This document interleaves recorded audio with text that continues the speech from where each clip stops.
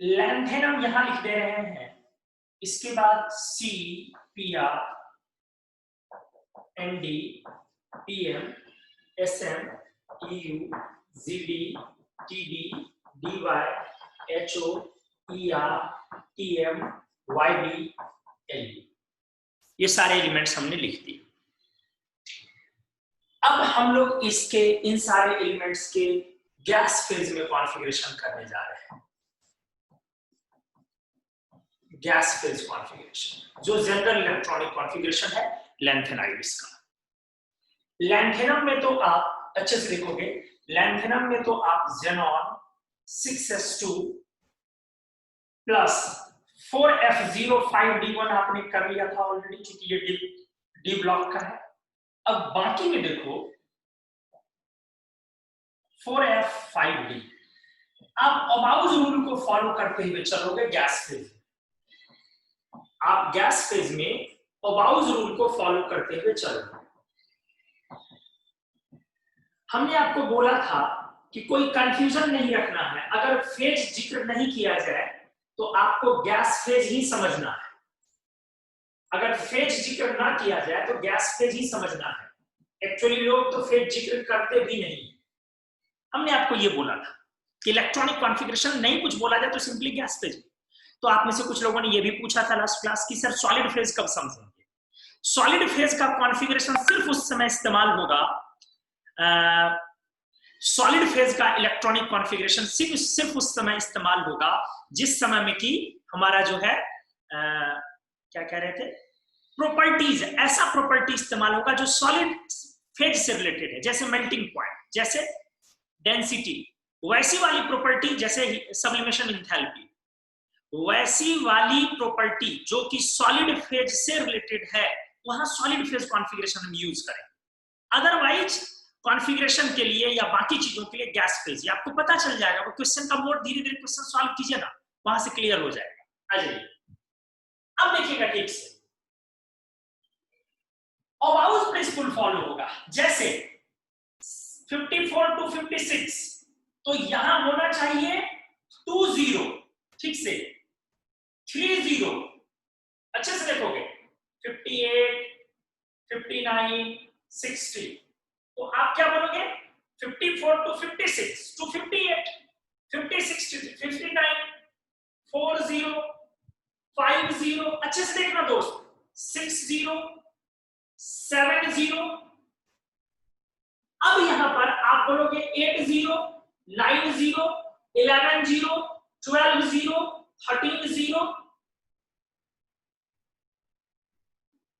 14,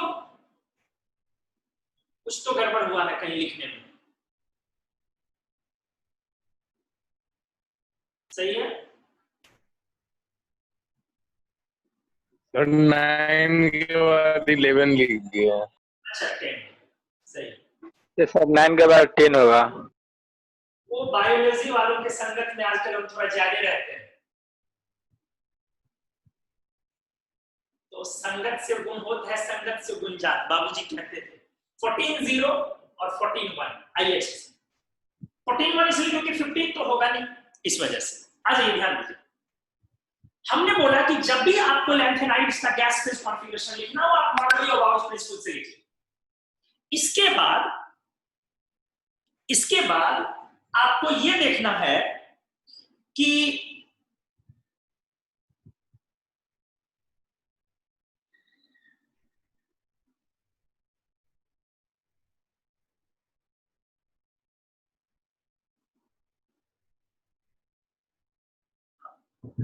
इसके बाद आपको यह देखना है कि अब इसमें से कौन कौन गैस फेज को इस कॉन्फ़िगरेशन को रिजेक्ट करेगा, कौन कौन इस फेज को रिजेक्ट करेगा। ठीक से देखोगे कॉन्फ़िगरेशन को, प्लीज ध्यान दीजिए। देखिए, जब आप आ रहे हैं सीधे यहां पे आके आप हाफ फील्ड हो रहे हैं, जरा ध्यान दीजिए, यहां आके आप हाफ फील्ड हो रहे हैं, ये देखिए आप हाफ फील्ड हो रहे हैं, ये चाहेगा कि मेरा भी हाफ फील्ड बरकरार रहे, इसीलिए ये इस कॉन्फ़िगरेशन में नहीं होगा। ठीक से देखो किस कॉन्फ़िगरेशन में आएगा, अच्छे से हाफ फील्ड मेंटेन करेगा, बड़ा इंपॉर्टेंट चीज है जी, ऐसे ध्यान दीजिएगा। 4f7-5d1 देखिए ये हाफ फील्ड आपसे मेंटेन करवा रहा है, क्या रहा है कि 5d की एनर्जी बहुत डिफरेंस थोड़ी ना है, बहुत का डिफरेंस है नहीं, तो एक इलेक्ट्रॉन ले जाइए ना 5d में, ऐसा कीजिएगा तो मेरा हाफ फील्ड स्टेबिलिटी तो मेंटेन रहेगा। तो ये ऐसा कर तो लिया, लेकिन वायलेट्स अबाउज रूल, ये अबाउज रूल को ब्रेक कर दिया।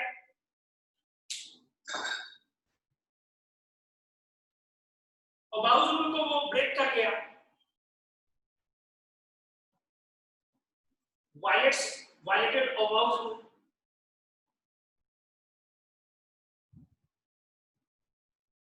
ध्यान से देखिए, ये अबाउज रूल को ब्रेक किया। अब सोचो क्यों ऐसा हुआ, ये 8-0 भी रह सकता था, लेकिन पॉइंट क्या है, ये हाफ फील्ड में है और दोनों की एनर्जी में बहुत का डिफरेंस नहीं है, इसलिए एक इलेक्ट्रॉन 5d में पुट कर दिया अपना। तो गैडोलीनियम का ये वाला कॉन्फ़िगरेशन ना होकर के ये हो रहा सेकंड आर्क। अब कहीं इस तरह की चीजें और कहीं नजर आ रही है क्या, यहां पे आ रही है, यहां पे आ रही है, लेकिन इसको आप कहीं ले नहीं जा सकते हैं, तो ये सही है। एक और गलत है यहां पर, ये वाला F में 2 इलेक्ट्रॉन है, रिपल्सन को चाहता है कि हम ना रखें F इलेक्ट्रॉन रिपल्सन हो आपस में, इसीलिए वो हटा के कहता है एक आप ले लीजिए। तो यहां भी वायलेट्स अबाउज रूल, इस तरह से 2 एलिमेंट गैस फेज में अबाउज रूल को वायलेट करते हैं, एक कौन, सीरियम, और एक कौन, गैडोलीनियम। क्लियर हुआ, 2 एलिमेंट गैस फेज में अबाउज रूल को वायलेट कर रहे हैं, कौन कौन, एक पहला मेंबर सीरियम और एक बीच का मेंबर गैडोलीनियम। गैडोलीनियम में क्या प्रॉब्लम है, अगर ये हाफ फील्ड कर लिया, बहुत ज्यादा एनर्जी डिफरेंस है नहीं, तो एक इलेक्ट्रॉन इसमें डाल दिया। और सीरियम में क्या पॉइंट है, F में 2 इलेक्ट्रॉन है, अगर F से एक इलेक्ट्रॉन निकाल के D में ले लेगा तो रिपल्सन फ्री हो जाएगा, F ऑर्बिटल के इलेक्ट्रॉन्स के बीच आपस में कोई रिपल्सन नहीं होगा, इसीलिए बोल रहा है कि एक इलेक्ट्रॉन आप ले जाइए। चीजों को अच्छे से देखिएगा, लैंथेनम में कोई प्रॉब्लम ही नहीं है, लैंथेनम में कोई प्रॉब्लम ही नहीं है, क्योंकि वो तो डी ब्लॉक एलिमेंट हुआ, तो F0 है ऑलरेडी। तो सिर्फ 2 ही एलिमेंट है जो अबाउज रूल को फॉलो नहीं किया। अब आ जाओ, अगर आप इनके गैस फेज के बजाय सॉलिड फेज में आ जाओ तो ठीक से, अगर आप इनके सॉलिड फेज में आ जाओ तो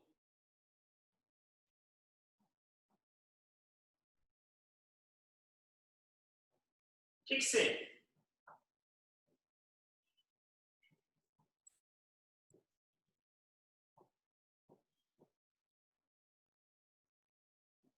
ठीक से। अब क्या है, सॉलिड फेज में आने पर पॉइंट क्या है, हमने क्या बोला, सॉलिड में आने की वजह से इंटर स्पेसिंग जो है वो कम होगा, कम होने से ऑर्बिटल एनर्जी और क्लोज होगा, और क्लोज। सॉलिड में जब ये जाएगा तो एक इलेक्ट्रॉन ये F अपने F वाले में श्योर रखेगा, एकदम श्योर रखेगा, 4f1-5d1, 4f2-5d1, 4f3-5d1, एक इलेक्ट्रॉन ये अपने F में जरूर रखता है। अब पकड़ना है कि कौन अपने F में नहीं रखना चाहेगा, ठीक से देखो, 4f6-5d1, 4f7-5d1, आपके ऊपर छोड़ेंगे, आपको ये डिसाइड करना है कौन एलिमेंट होगा जो चाहेगा 5d में नहीं रखे, ये आप ही को डिसाइड करना है। अच्छे से देखिएगा भाई साहब, 4f11-5d1, 4f12-5d1, 4f13-5d1 और 4f14-5d1, कौन एलिमेंट है जो इसमें आपको लग रहा है कि डी में एक इलेक्ट्रॉन नहीं रखेगा, सोच के बताइए।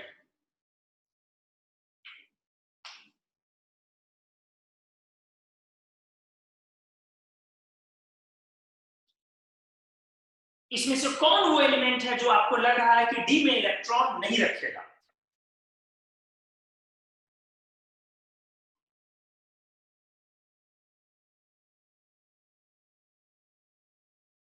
प्रिंस का जवाब है पीएम।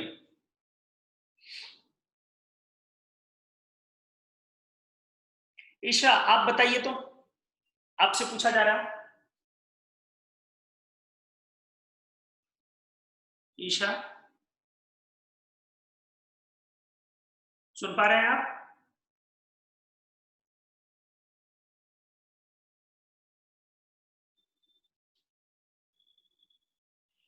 ईशा आपसे बोला जा रहा है, आप सुन पा रहे हैं?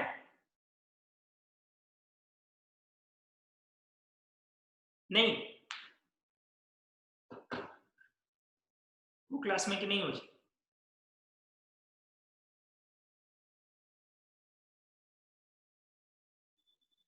Simpy, Simpy yes sir. आप बताइए तो। EU sir. EU, ठीक है, EU। फिर बताइए ईशा, एक बार और आपसे पूछ रहे हैं, आप दिख रहे हैं क्लास में तो हैं आप।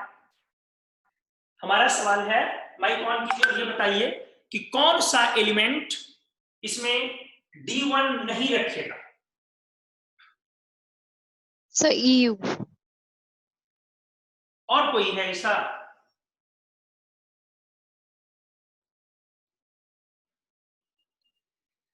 और कोई लग रहा है बाबू आपको, बताइए। Sir YB।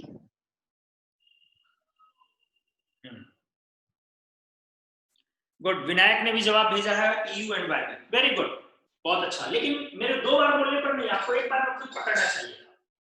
देखिए, देखिएगा भाई साहब अच्छे से, विनायक ने भी भेजा दोनों का। 4f65D1 है, आपको समझना चाहिए जब एनर्जी क्लोज है तो ये बोलेगा कि एक इलेक्ट्रॉन भाई साहब मेरे को दे दो, मैं हाफ फिल्ड हो जाऊं, और ये बोलेगा कि एक इलेक्ट्रॉन मेरे को दे दो, मैं फुल फिल्ड हो जाऊं।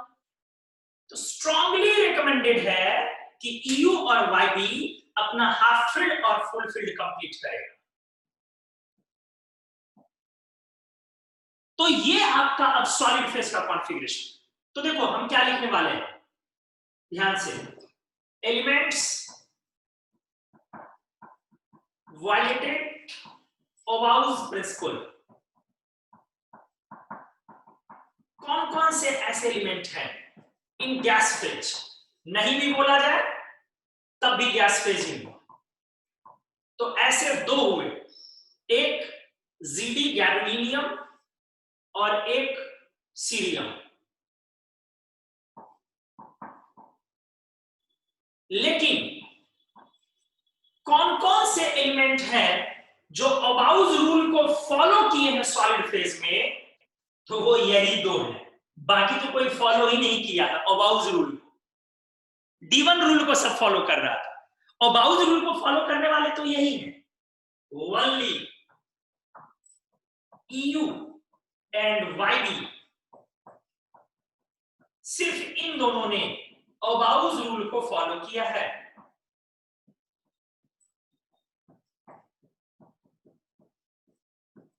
देखिए कितने अच्छे से हमने क्लियर किया।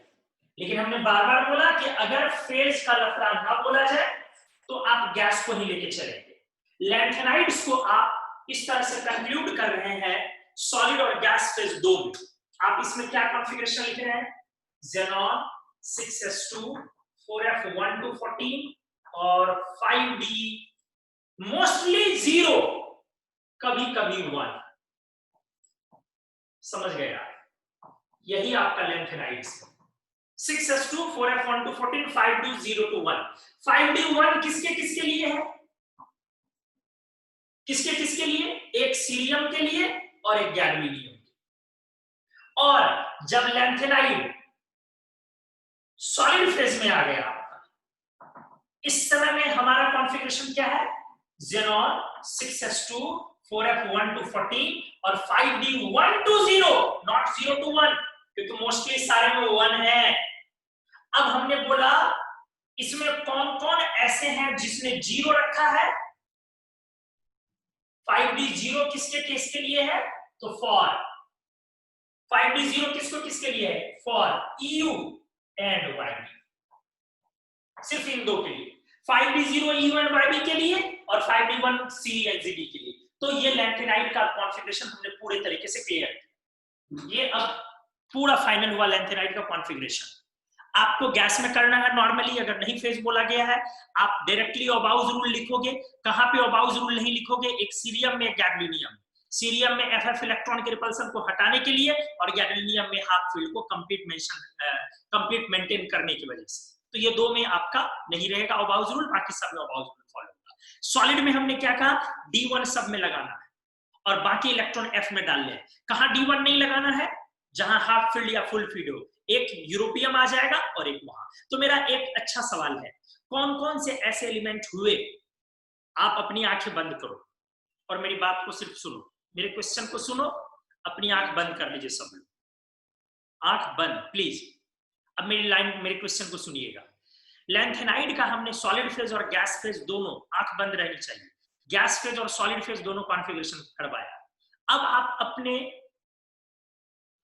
अंदर झांकिए जो आपने पढ़ा और आप ये सोचिए कौन कौन से ऐसे एलिमेंट है जिनका गैस और सॉलिड फेज दोनों में सेम कॉन्फ़िगरेशन रहा, एकदम सेम।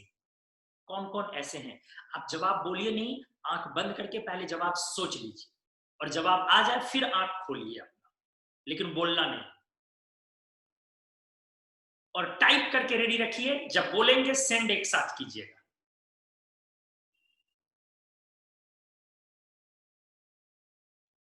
व्हाट्सएप ग्रुप में भेज दीजिएगा, व्हाट्सएप में डालना, इसमें छोड़ दीजिए व्हाट्सएप में, इसमें पढ़ नहीं पाते। हमने बोला कौन कौन से ऐसे एलिमेंट हैं, सोचिए आराम से, बोर्ड नहीं देखना है, बिल्कुल नहीं देखना है। कौन कौन से, अब आप आंख खोल भी लीजिएगा तो कोई फर्क नहीं पड़ेगा। कौन कौन से ऐसे एलिमेंट है जो सॉलिड और गैस फेज दोनों में सेम कॉन्फ़िगरेशन रख रहे हैं? अब आपका जवाब अगर आपको मिल गया हो तो आप व्हाट्सएप ग्रुप में, जो आपका लीजेंड का ग्रुप है, उसमें जवाब भेजिए अपना अपना जल्दी।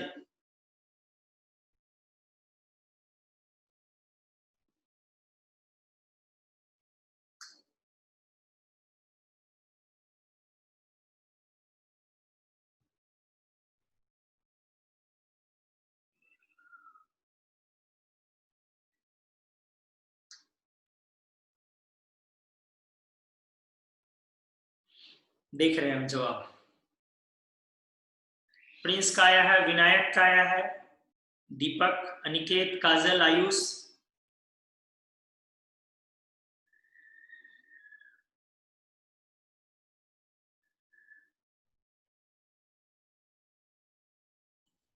बहुत सारे लोगों का जवाब अब आ गया व्हाट्सएप ग्रुप में। सबसे पहला सही जवाब विनायक का था। अब उसके बाद अभी जस्ट आदित्य ने जवाब दिया, काफी लेट से, लेकिन बट सबसे पहला सही जवाब विनायक का था। EU, YB, cerium and gadolinium, 4 element. इसमें ये D1 में आया, ये भी D1 में आया।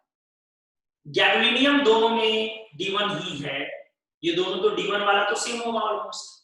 ल्यूटेशियम भी D1 है, दोनों में D1 वाला तो सेम होगा। और ये फुल फील्ड किए हुए है YB। तो ध्यान से देखो, CE एक एलिमेंट, ध्यान से, ओ किसी का जवाब सही नहीं हुआ। CE एक एलिमेंट, EU दूसरा एलिमेंट, ZD तीसरा एलिमेंट, YB चौथा एलिमेंट, LU पांचवा एलिमेंट। तो ये 5 एलिमेंट है जिनका कॉन्फ़िगरेशन सेम है। 4 तक लोगों ने बोला, 2 लोगों ने 4 तक बोला, तो ठीक है, चलो चलेगा। बट ल्यूटेशियम भी है आपका, ये 5 एलिमेंट्स है। तो ये पहला पेज है, आप इसका स्क्रीनशॉट ले। अब इस चीज को हम लोग क्लियर करते हैं, फिर एप्लीकेशन क्वेश्चंस के थ्रू क्लियर करते हैं। आप स्क्रीनशॉट सर ये बोलिए। 4F2 किसी में नजर नहीं आ रहा है सर। नहीं है, गैस फेज में नहीं है 4F2, सीरियम में होना चाहिए, वहीं पर नहीं है सर। कोई गैस, कोई एलिमेंट पेयरिंग रिपल्सन नहीं रखना चाहता है एलिमेंट की पेयरिंग रिपल्सन कम रखें, ये हमने पढ़ाया है। हर एलिमेंट चाहता है कि पेयरिंग रिपल्सन कम हो। इस पॉइंट को पहले लिख दिया जाए। 10 CE 58, EU 63, ZD 64, YD 70, and Lu 71। ये दोनों एटॉमिक नंबर एक साथ, ये दोनों एक साथ। Having same electronic structures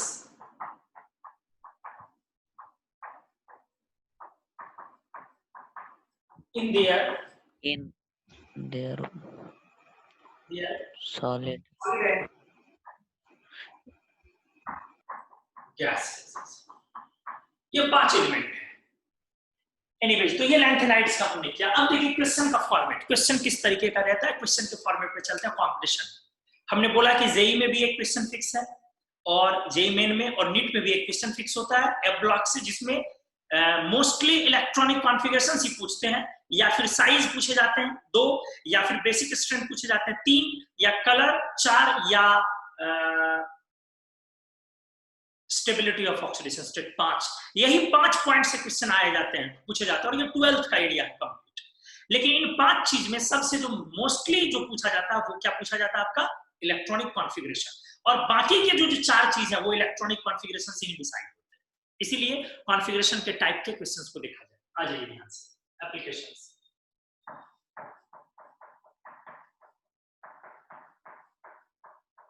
पहला, विच ऑफ द फॉलोइंग, शुरुआत कर रहे हैं क्वेश्चन की AIPMT 2013 के क्वेश्चन से। Which of the following is diamagnetic? Which of the following is diamagnetic? आ जाइए। पहला ऑप्शन YB2+, दूसरा ऑप्शन CE2+, तीसरा ऑप्शन Lu2+, चौथा ऑप्शन Eu2+। आप डायमैग्नेटिक को एक बार मैं क्लियर कर दूं, मैंने पीछे हालांकि बताया है, फिर भी एक बार मैं बोल दूं डायमैग्नेटिक को। डाया और पैरा 2 मैग्नेटिक नेचर होते हैं। किसी भी केमिकल सब्सटेंस का 2 तरीके का मैग्नेटिक बिहेवियर बोला जाता है।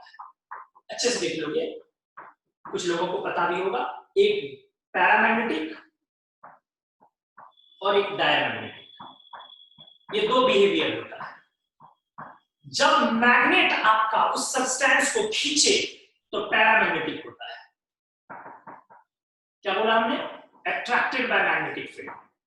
जब मैग्नेटिक फील्ड आपके सब्सटेंस को अट्रैक्ट करे तो वो सब्सटेंस पैरामैग्नेटिक कहलाता है, और जब मैग्नेटिक फील्ड आपके सब्सटेंस को रिपेल करे तो वो डायमैग्नेटिक कहलाता है। बाकी डिटेल में आगे पढ़ाया जाएगा। अगला टॉपिक यही है, रिपेल्ड बाय मैग्नेटिक फील्ड। ठीक है, तो पैरा डाया हमने बता दिया। सिंपली अट्रैक्ट कब किया जाता है? जब अनपेयर्ड ऑर्बिटल, जब आपके एलिमेंट आयन या कंपाउंड के पास अनपेयर्ड ऑर्बिटल, एक या एक से ज्यादा, एक हो या एक से ज्यादा हो, अगर अनपेयर्ड ऑर्बिटल है तो वो पैरामैग्नेटिक है। और having no any unpaired orbital, यदि कोई भी अनपेयर्ड ऑर्बिटल नहीं हो तो वो डायमैग्नेटिक होगा। उम्मीद है अब आप इस चीज को समझ गए। पैरामैग्नेटिक हमने क्या बोला? जब सब्सटेंस को मैग्नेटिक फील्ड अट्रैक्ट करे। डायमैग्नेटिक हमने कब बोला? जब सब्सटेंस को मैग्नेटिक फील्ड रिपेल करे। फिर हमने क्या बोला? पैरामैग्नेटिक में श्योर क्या है? अनपेयर्ड ऑर्बिटल होंगे, और डायमैग्नेटिक में कोई अनपेयर्ड ऑर्बिटल नहीं होगा। सिंपल है।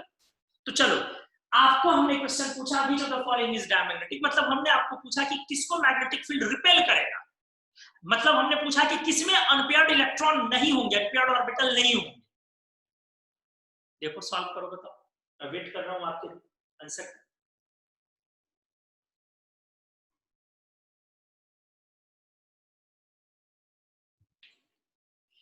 Let me solve the question.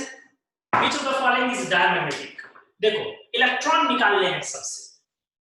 जब आप सबके कॉन्फ़िगरेशन लिख लो, C, xenon 6s2 4f1 5d1, europium 63। आ जाओ आराम से।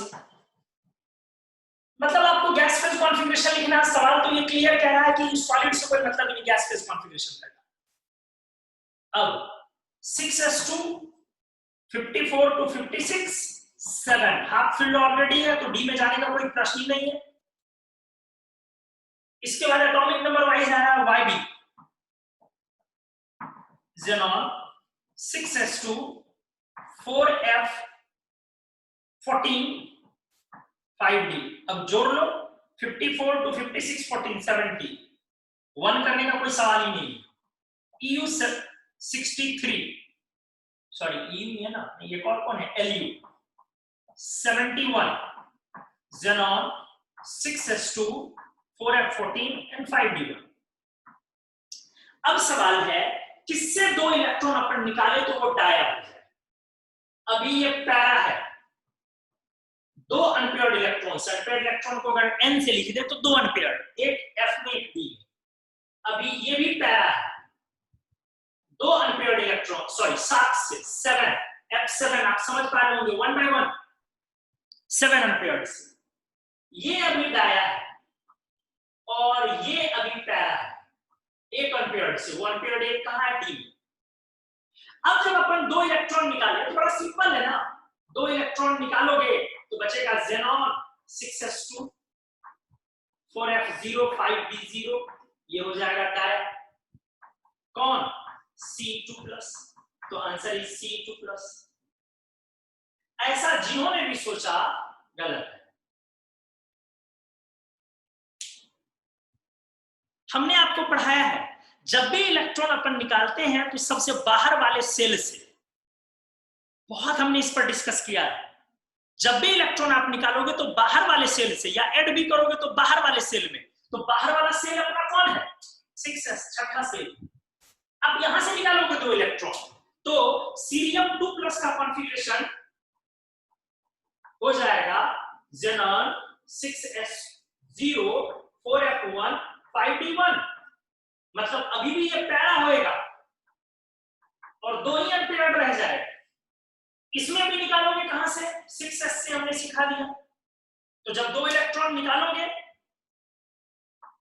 -2e, मतलब 2 इलेक्ट्रॉन हमने घटा दिया, निकाल लिया, तो अभी भी बेटा क्या होगा 4f7 5d0, तभी भी पैरा रह जाएगा।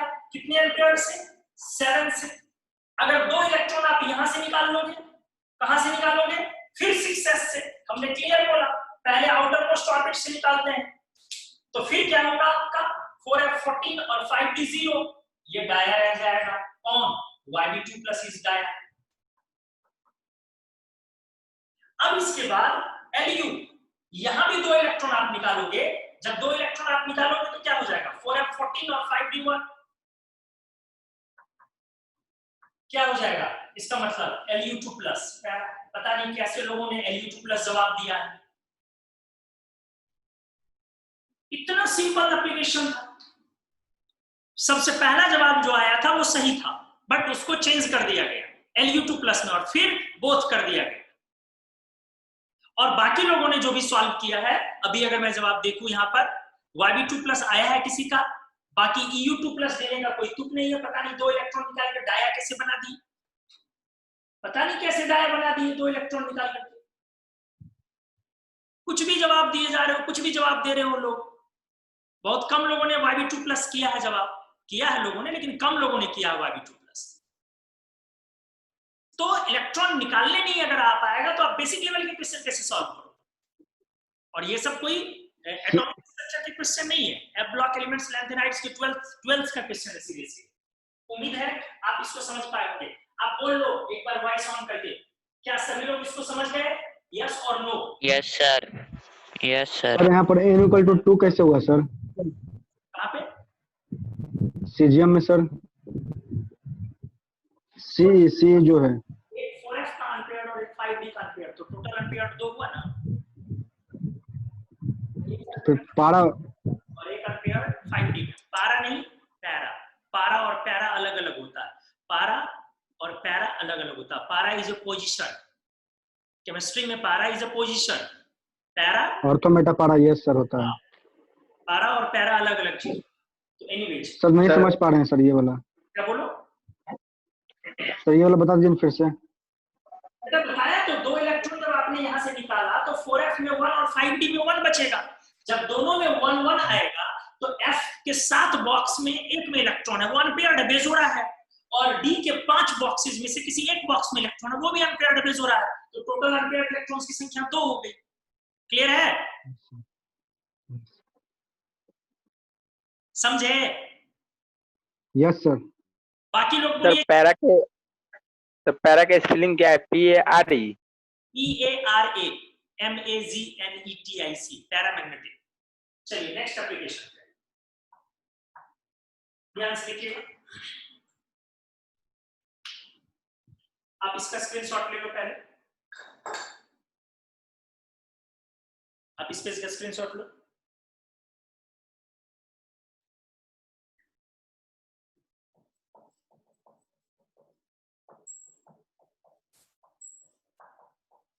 ये देखो, electronic configuration of europium gadolinium terbium are. पहला xenon 4f6 5d1 6s2, second ऐसे लिख लो 4f7 5d1 6s2 और है 4f9 6s2। Second option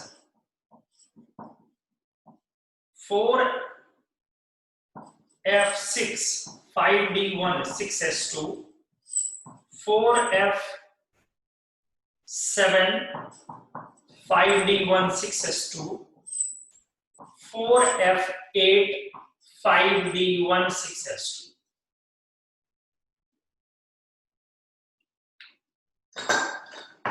C 4f7 6s2 4f7 5d1 6s2 4f9 6s2। D xenon 4f7 6s2 4f8 6s2 4f8 5d1 6s2। देखो ये question भी NEET 2016 का, उसके नीचे देखो वो क्वेश्चन भी, ये जो अभी ग्रुप में डाला गया है उसके ठीक नीचे वाला भी क्वेश्चन नीट 2016 का है, जो अभी क्वेश्चन पढ़ रहे थे इससे पहले। ये दोनों ही नीट 2016 के क्वेश्चन, नीट 2 का। चलो आ जाओ। अब ये कॉन्फ़िगरेशन अपने हिसाब से आंसर बताइए क्या होगा, वॉइस में बताइएगा, टाइप मत कीजिए। C number sir. सी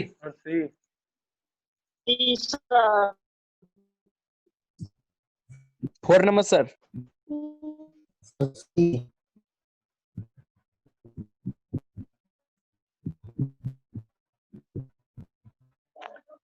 So C.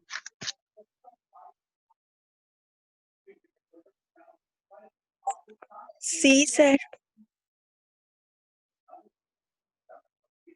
मोस्टली सी बोल रहे हैं, वैसे जवाब और भी लोगों को देने चाहिए लेकिन सब लोग नहीं दे रहे। चलो देखो, यूरोपियम गैडोलिनियम, ये दोनों एलिमेंट का तो सॉलिड हो गया, नहीं कुछ लिखा तो आप गैस फेज को प्रोसीड करोगे, तो गैस फेज में ओबाउस रूल फॉलो होता है, यूरोपियम में लेकिन नहीं होता। पता है अपने को, ये गैडोलिनियम भी सही है और टर्बियम, तो टर्बियम में भी 54 to 56 965, सी ऑप्शन सही। लेकिन अब आप बाकी ऑप्शंस को एक बार देखिए। ये वाला कॉन्फ़िगरेशन यूरोपियम का तो किसी फेज में नहीं होता, इसलिए ये तो पूरा गलत हो गया। ठीक से देखो, ये वाला कॉन्फ़िगरेशन तो किसी फेज में नहीं होता, इसलिए ये तो क्लियर गलत है। अब इस वाले ऑप्शन में आ जाओ, ये वाला फिर किसी फेज में नहीं होता, फिर ये क्लियर गलत। फिर इसमें आ जाओ, ये वाला होता है दोनों फेज में, लेकिन इसका ये वाला किसी फेज में नहीं होता। समझ रहे हो चीजों को, ये वाला किसी फेज, फिर ये गलत हो गया। मतलब ये क्वेश्चन ऐसा डाला हुआ है कि अगर कोई क्वेश्चन इसी तरीके का होता है कि अगर कोई अच्छा क्वेश्चन सॉलिड फेज लगा भी देगा ना तो लग ही नहीं पाएगा। आप सॉलिड फेज लगा के देखिएगा, तो इसका सॉलिड फेज मान लो, इसका वाला सॉलिड फेज ये होता है, इसका सॉलिड फेज सॉरी ये होता है सॉलिड फेज, तो ये सॉलिड फेज के अकॉर्डिंग सही है, ये भी सॉलिड फेज के अकॉर्डिंग सही है, बट ये सॉलिड फेज के अकॉर्डिंग गलत है। इसीलिए हमने आपको बोला था कि आपको क्वेश्चन में कंफ्यूजन नहीं होगा।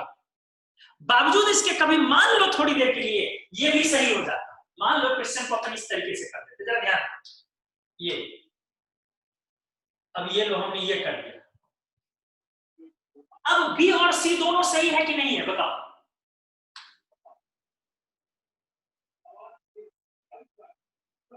अब बी और सी दोनों सही है या नहीं है, ये बताओ। यस दोनों सही है। अब अपने क्वेश्चन का आंसर दोनों सही है, बी भी है सी भी है, तो मोर देन और करेक्ट में बी सी दोनों आ जाएगा। बट अगर ओनली वन करेक्ट आएगा तो अभी भी क्वेश्चन का आंसर क्या लिखेंगे अपन, ये बताओ, सी। क्योंकि हमने क्या बोला, अगर नहीं कुछ बोला जाए तो आप कौन सा फेज समझोगे, गैस फेज। इसीलिए अगर नहीं कुछ बोला जाएगा तो आप समझोगे गैस फेज। तो उस केस में इस क्वेश्चन का आंसर आप करोगे सी, ओनली वन करेक्ट। यही मैं समझाना चाह रहा था। तो क्वेश्चंस इस तरीके से फ्रीक्वेंटली आते हैं, बहुत फ्रीक्वेंटली आते हैं इलेक्ट्रॉनिक कॉन्फ़िगरेशन से रिलेटेड। और एक क्वेश्चन का क्या ये मारामारी है नीट में या जेईई मेन वाले, एक क्वेश्चन की मारामारी है।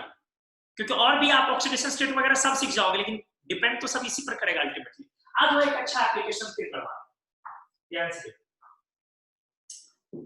एन एलिमेंट एक बढ़िया application having its case electronic configuration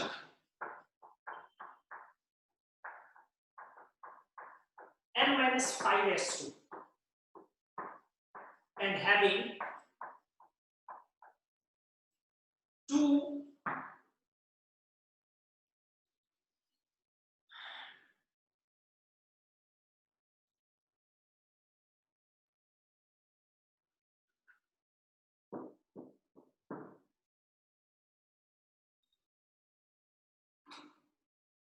nine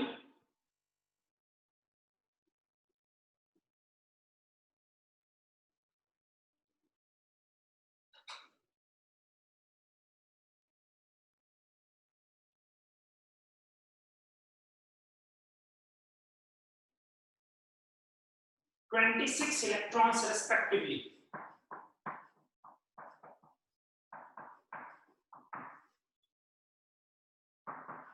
in its outermost, penultimate and anti-penultimate orbits.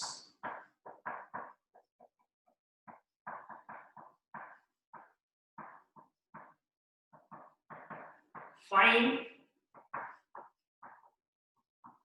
the unpaired electron, the electrons in its ground state. Solve कीजिए।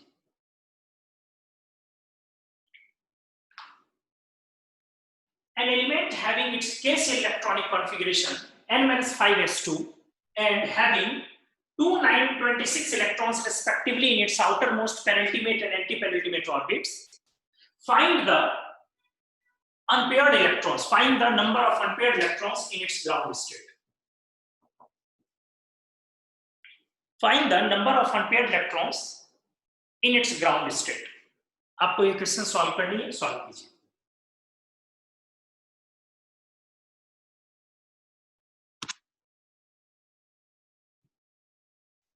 बहुत सारे लोगों ने अपने अकॉर्डिंग क्वेश्चन को आंसर किया, ठीक है।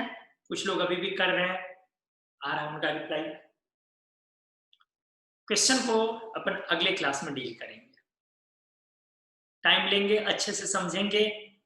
हो सकता है आप में से कुछ लोगों ने इसका आंसर सही किया, बट उम्मीद है कि आप में से जिन लोगों ने आंसर सही भी किया होगा उनका प्रोसेस गलत रहा होगा। तो इंपॉर्टेंट प्रोसेस है, आंसर नहीं। क्योंकि प्रोसेस सही हो के आंसर कभी कभी गलत हो जाए तो ठीक है, एक एग्जाम में गलत होगा, दूसरे में नहीं होगा, एक पेपर में गलत होगा, दूसरे में नहीं होगा। बट प्रोसेस गलत करके आंसर सही भी हो जाएगा, इसका मतलब आगे हर बार आप गलत ही करो। तो क्वेश्चन का इस सॉल्विंग, इसका जो है हम लोग अपन नेक्स्ट क्लास में करने वाले हैं। आपके लिए अगले क्लास के लिए यही चीज आपसे बोला जा रहा है। हमने electronic configuration, electronic structure complete कर दिया। अगले क्लास में आपसे पूछा जाएगा, सामने में जो भी लोग क्लास में मौजूद रहेंगे उनसे पूछा जाएगा क्रॉस क्वेश्चनिंग। क्या एटॉमिक नंबर पूछा जाएगा, पीरियोडिक टेबल में atomic number 1 to 90, group number पूछा जाएगा रैंडमली पूरा पीरियोडिक टेबल का, इस एलिमेंट का ग्रुप नंबर बताओ, और ऑर्बिट इलेक्ट्रॉनिक कॉन्फ़िगरेशन पूछा जाएगा कि आप सब ऑर्बिट से ऑर्बिट में इलेक्ट्रॉन ट्रांसफर करके ऑर्बिट इलेक्ट्रॉनिक कॉन्फ़िगरेशन बताओ। इसलिए अगले क्लास में आप प्रिपेयर होकर के आएंगे, इसको सॉल्व भी करेंगे हम, लेकिन आप ये प्रिपेयर होकर के तीनों चीज आएंगे। अगर आप में से कोई लोग आज वैसे लोग वीडियो देख रहे हैं या क्लास अटेंड कर रहे हैं जिनकी पहली क्लास है या रिसेंट की क्लास है, वो पीछे की क्लास को आराम से देखें, पढ़ें। कैसे पढ़ेंगे? हर वीडियो में मैं बोलता हूँ ये चीज, आप कैसे पढ़ेंगे? पहले आप YouTube पे जाएंगे, YouTube पे लेक्चर 1 से लेकर के सारे लेक्चर डेट वाइज देखेंगे, उसके बाद ऐप में जाएंगे, फिर ऐप में जब भी लेक्चर खोलेंगे तो आपको यहाँ पर कॉर्नर पे डेट पड़ा हुआ मिलेगा, उस डेट के अकॉर्डिंग आप पढ़ेंगे। हालांकि नए स्टूडेंट के लिए एक मैसेज ये है कि अब इलेक्ट्रॉनिक स्ट्रक्चर के बाद जो अब नया टॉपिक धीरे धीरे आएगा वो एकदम नया आ जाएगा। तो नया आने से, पीरियोडिक टेबल की तरफ जाने से, यूनिट 2 की तरफ जाने से हम लोग इजीली मतलब कर पाएंगे चीजों को, फिर ये वाले यूनिट का प्रॉब्लम नहीं रहेगा हम लोगों को। और इस यूनिट को एक बार फिर से कभी किसी बैच में जब ऑनलाइन पढ़ाएंगे तो आप दोबारा कर सकते हैं, वैसे लोग जिनका मिसिंग है, जो बाद में जिन्होंने एडमिशन लिया है, ठीक है। बावजूद इसके पहले यूट्यूब के लेक्चर्स कंप्लीट कीजिए, फिर ऐप पढ़ के लेक्चर्स को देखिए, और जो बार बार आप सोच रहे हैं कि कितने लेक्चर हुए हैं, भैया इससे कोई मतलब नहीं है। आप लेक्चर को डेट वाइज पढ़िए, सीक्वेंस में खोजोगे तो थोड़ा हो सकता है कि मिलना मुश्किल हो, मैं बार बार बोलता हूँ। आप डेट वाइज जब भी कोई वीडियो खोलिए, आप जानते हो कि इनऑर्गेनिक केमिस्ट्री की क्लास मंडे वेडनेसडे फ्राइडे होती है 9:15 से 10:15 इसकी टाइमिंग, तो आप मंडे वेडनेसडे फ्राइडे वाली डेट सिर्फ ढूंढिए, उसमें कभी कभार 2-3 क्लास गायब है, ज्यादा नहीं 1-2 क्लास जो है वो गायब है, मतलब नहीं लिया गया क्लास, 2-3 क्लास हमने लिया ही नहीं, लेकिन वीडियो सारे डाले हुए हैं। तो आप देखिए, पढ़िए, होमवर्क करके आइए, अगले क्लास में हम लोग। Thank you everyone, good night.